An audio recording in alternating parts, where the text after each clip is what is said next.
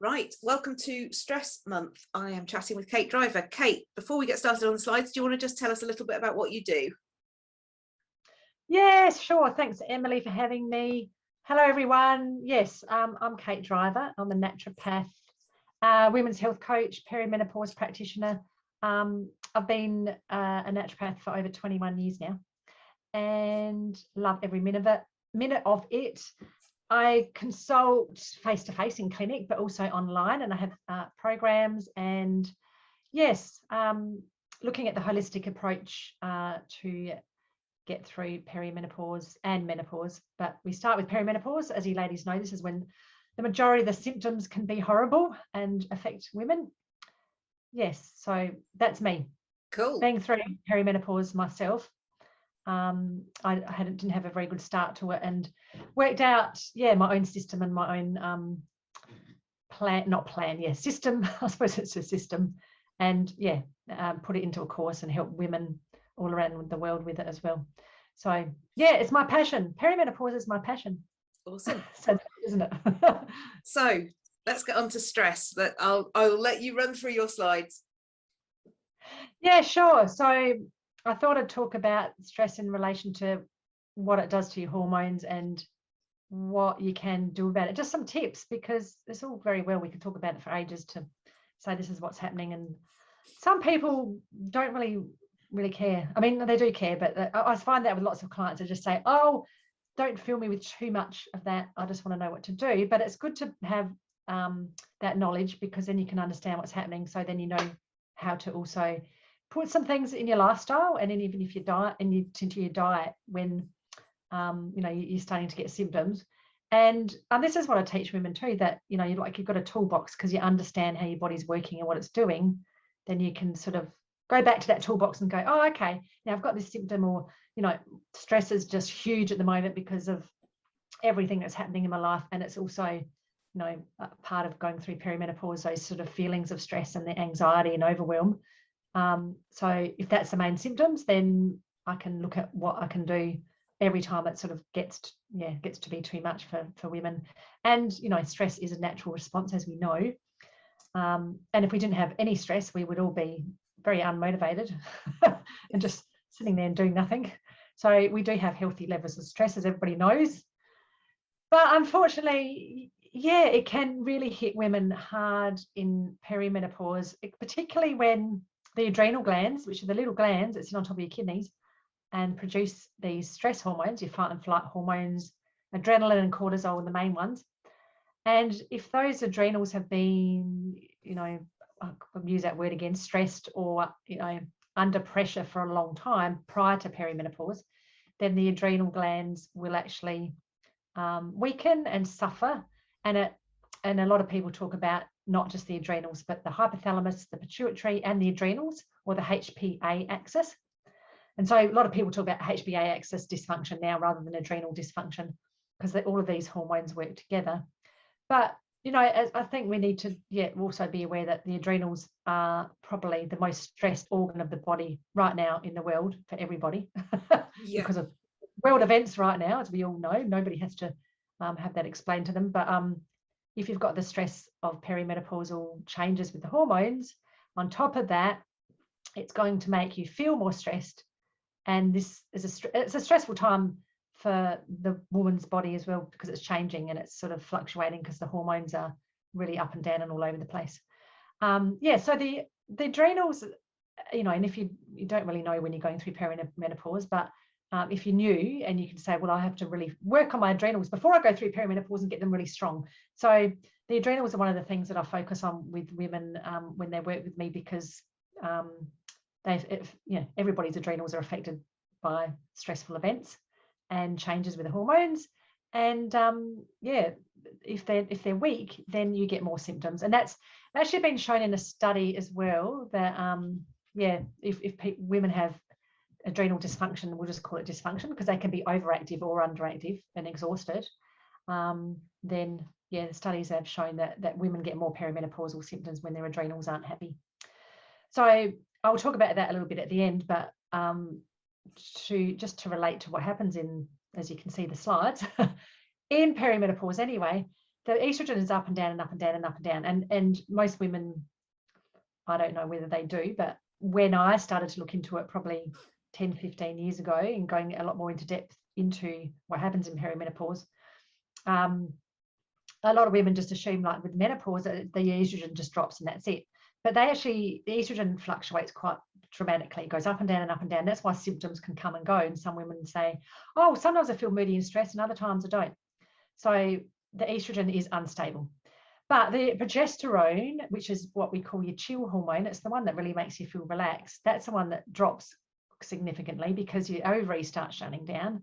And if you're ovulating less often, and because of stress, and this is what I'll get to in a moment, the progesterone can be lower than it should be, even in perimenopause and menopause. So both of these hormones are meant to, by menopause, drop, but so many women have low progesterone when they lead into perimenopause, and that can make them feel more stressed and anxious and overwhelmed.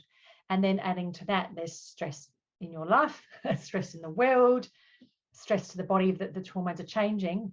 And this low progesterone will, give you a lot of the symptoms that that you're finding annoying and that can be debilitating. But that automatically also makes you estrogen dominant because your progesterone is so low, they become out of balance with each other. So that's sort of what happens. And the progesterone is antagonized by cortisol. That's the right word to use. So cortisol, I mentioned with the adrenals, is one of the main hormones that increases in perimenopause and menopause. And it will generally, after menopause, drop again. But cortisol, when it's high, it can make us feel more stressed. And I'll go through some of the symptoms in a moment and give you certain body symptoms and ailments you're more prone to. But when we're in stress, as we are, and your body, and if you're worried about what's happening as well, I mean, that's just worry is an ongoing stress, then we're going to produce more cortisol, and our body favors that over producing progesterone. So we need cortisol to survive. So if our body produces cortisol and our progesterone gets left behind, because it comes, they're formed by the same precursor, which is cholesterol. So if your cholesterol is going up, by the way, because of stress, don't be too concerned because it's pretty normal. The more hormones we need, like cortisol and all the other hormones as well, we need to produce more cholesterol so we can produce these hormones, especially after the ovaries have shut down in menopause. So if we've got more stress, our cortisol is favored and our body won't produce from that cholesterol or pregnenolone, which is the next hormone. Pregnenolone turns into cortisol or progesterone or the other hormones. It will favor cortisol. So your progesterone won't be produced as much. So it's called the pregnenolone still pathway or progesterone still pathway, whichever one you want to use, because it's from the same mother hormone, pregnenolone. And so, yeah, so progesterone drops even more, which gives you more symptoms. Does that make sense? Have I explained that all right? Yeah, it does. It makes perfect sense, yeah. Sometimes I can go around in circles with it and think, okay, does that sound clear? Yeah, so that's why I sort of thought I'll put that slide up there too, because cortisol, also when it's high all the time, women say, oh, I can't lose weight, I've tried everything. That will also stop you from losing weight if you've tried everything. Because when your cortisol is high, it's going to lead you to insulin resistance, where your body is not breaking down that glucose from your food, it's storing it as fat. You'll get more belly fat and weight gain. So one of the big keys, and I've said that probably 10 times to women this week that come to see me, yeah, you've got to lower cortisol. It's not just as easy as doing this or that I mean, you do other things as well. You can't just, eat terrible food and not exercise. But yeah, if you're doing all of the right things and you've just struggled, then lowering cortisol is really important to actually get that weight down as well. But not only that, it's going to make you feel less stressed. And that's part of the thing that will increase with stress and affect the other hormones. So in perimenopause, we have insufficient progesterone. I thought it was easier to show these slides because I use them in some of my webinars that I do. So they become, like I said, really low. And sometimes, I've seen people with 2. I think at some stage mine was about 2 as well. And that was in perimenopause when it shouldn't be that low. So you can get these sort of symptoms, but also the feelings of anxiety and overwhelm are really high. So progesterone makes you feel relaxed and, like I said, it's the chilled out hormone. So if you're feeling more stressed and you're not sleeping and you just feel overwhelmed and everything's annoying you, that can be your low progesterone as well. But high estrogen, if your estrogen sort of peaking and going up and down, when you have more estrogen, that can make you feel pretty grumpy as well. So what you want to do is reduce your cortisol so you can get to naturally produce more progesterone.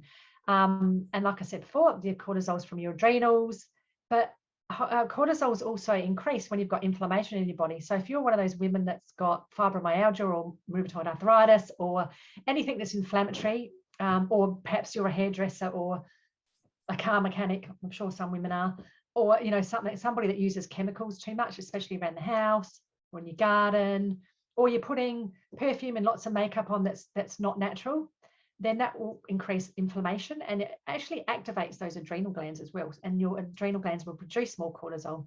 So we've just got to be aware that inflammation and all sorts, including if you're eating processed foods and you're not careful with what you're eating, then inflammation will increase, and when that inflammation increases, your cortisol increases also. And we don't want that. We want to reduce cortisol as much as possible because it's going to be high anyway because of the change of hormones in perimenopause. So we sort of want to do the most that we can to reduce it as much as possible. And we can't get rid of stress, but we can help our body sort of adapt to it and look at ways that we can help our body feel a bit more relaxed in a stressful time.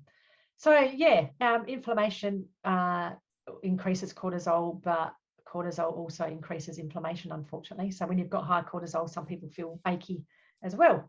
And as I mentioned, it can lead to insulin resistance and diabetes. Some signs of high cortisol are here. I've talked about the anxiety, but some women think about with the hormones, it's just all your hormones with hot flushes and night sweats.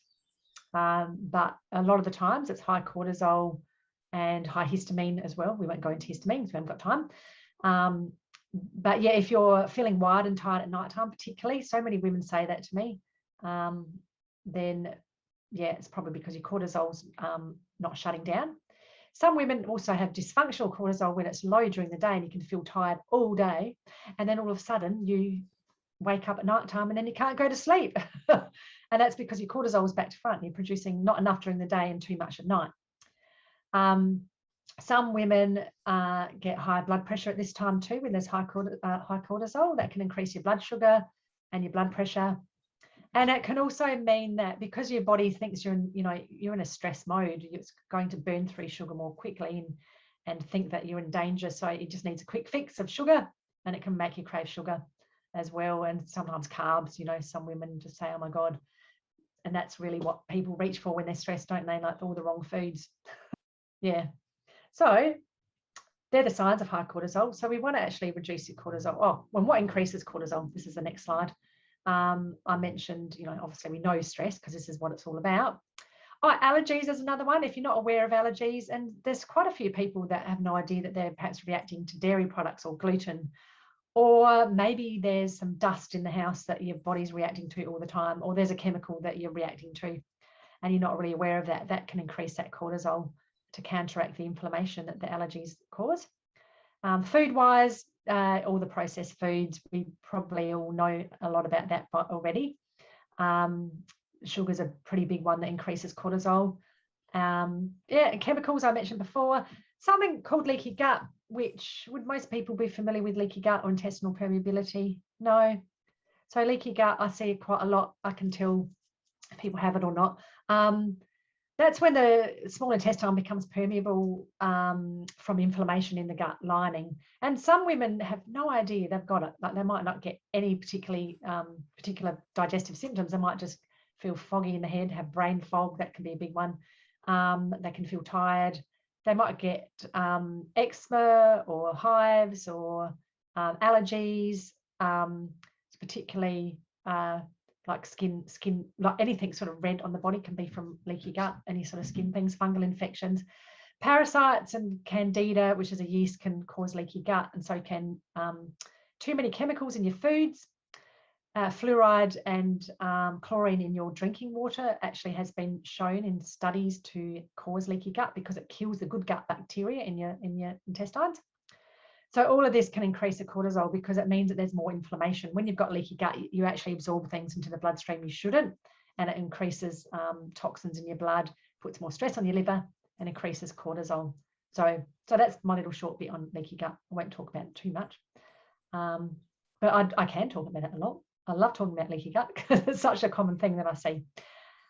And then this is a horrible thing for women to deal with because usually they don't sleep well anyway.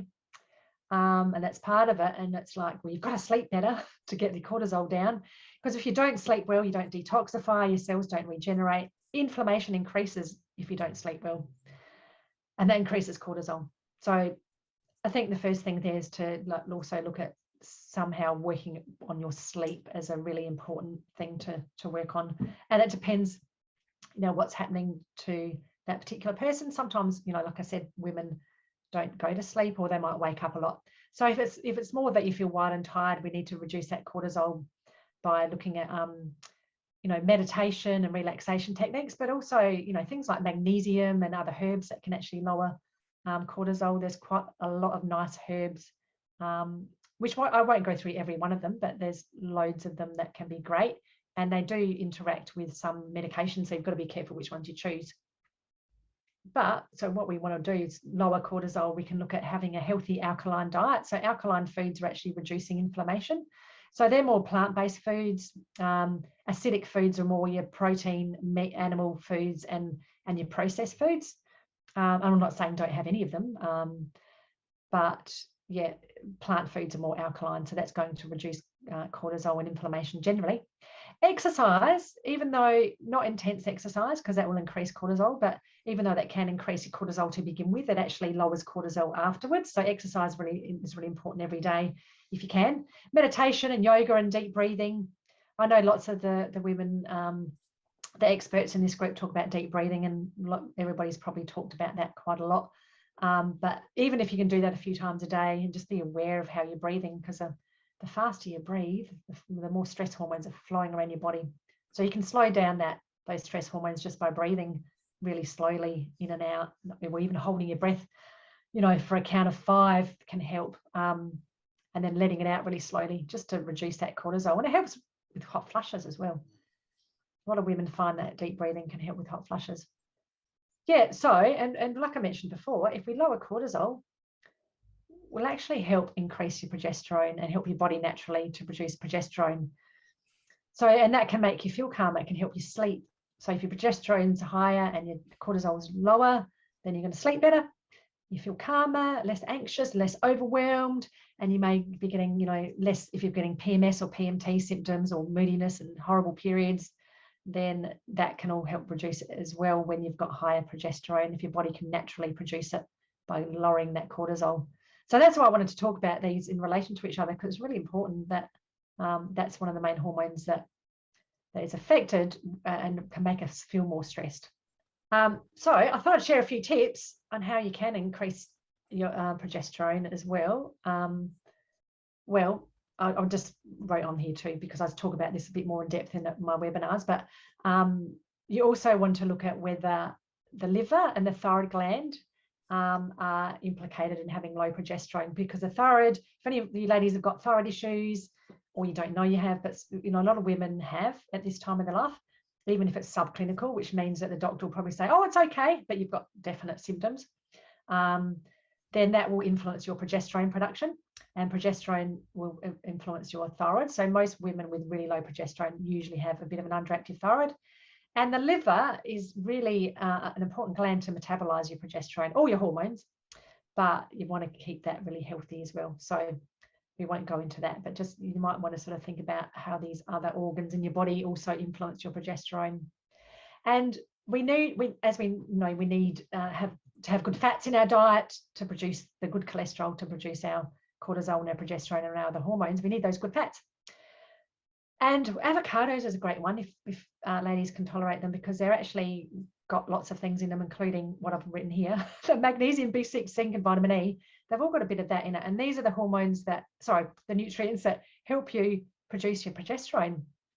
So if women are low in magnesium, and loads of women are low in magnesium, they burn up magnesium when they're stressed. And then if there's more inflammation and stress in your life, and everybody's got a different magnesium burn rate.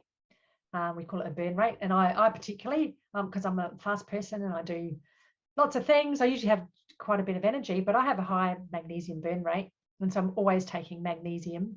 If I miss a day or two, I really feel it. And a lot of women are like that if they're busy. If you're a bit of a quieter person and you don't rush around and you haven't got loads of things to do, then maybe you don't need to take as much.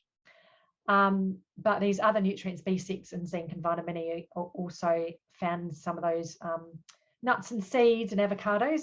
And really, these are important nutrients to help us produce our progesterone. And you can take them in supplement forms, obviously, as well. So some of the zinc-rich foods, also pumpkin seeds.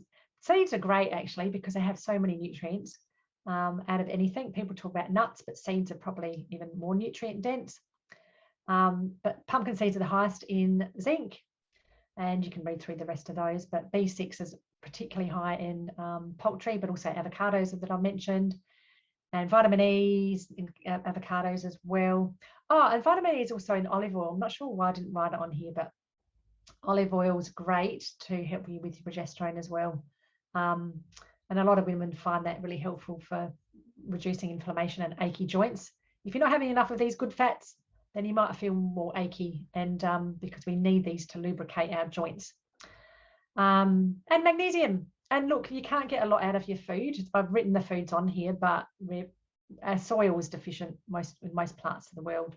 I'm in Australia, and our soil was very deficient. I don't know about in the UK or wherever anybody else is listening from. But yeah, if your soil is deficient, it's not going to get through your food. That's why I say that we need to take a supplement.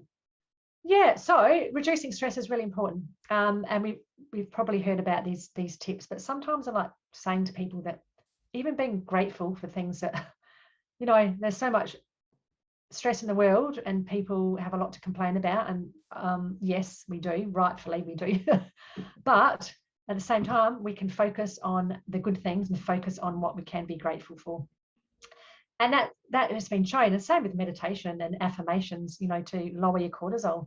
If you feel, I suppose, grateful and happy and really glad that you've got certain things in your life, you're going to feel happier, aren't you? And that's going to lower your cortisol.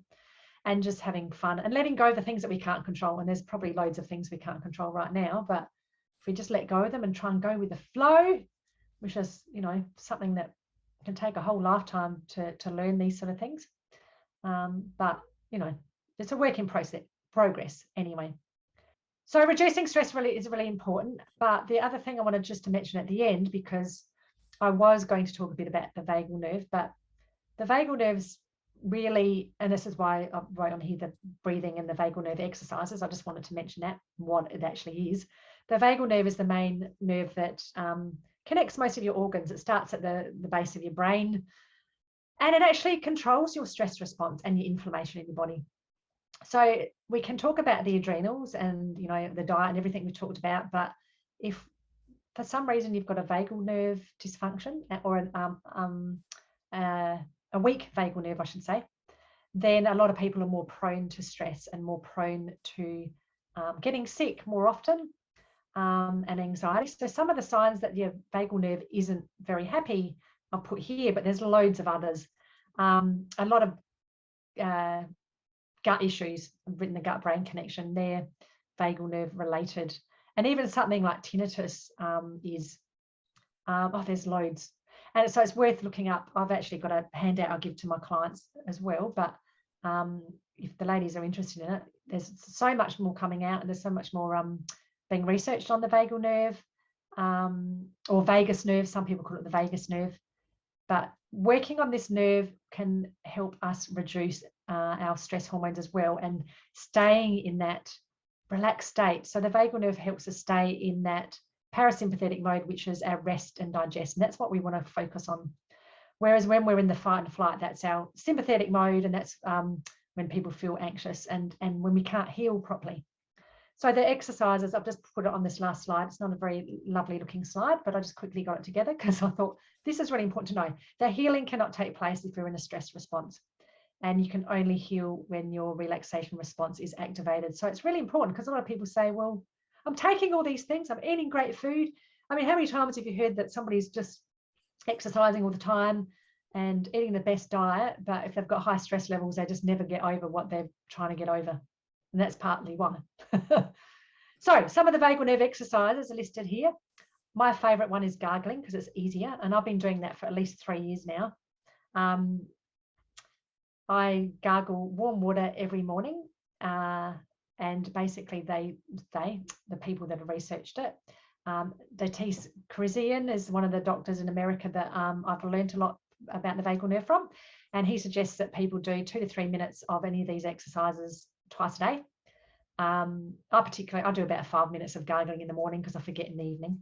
But that can be the easiest because everybody drinks water. So if you drink water, I mean, you wouldn't want to do it in a restaurant, but don't like stick there and gargle. But, you know, in the morning when I'm sort of first waking up and having my warm water, some people put lemon juice or apple cider vinegar in it or whatever. And I'm thinking about my day, I just stand in the kitchen, look out the window and just gargle. And you don't have to do it for 2 to 3 minutes non-stop. You actually swallow, take another sip, do it for as long as you can. And the sort of the more intense you can do it, they say your eyes have got to water a little bit. But I've never found I can do that. I can't make my eyes water by gargling. But yeah, try and don't just do it a few times and expect it to make a change. But it does. It actually tones that vagal nerve and reduces cortisol and puts you in that rest and digest mode. And all of these other exercises as well. I mean, everybody knows about yoga and meditation, Tai Chi, things like that.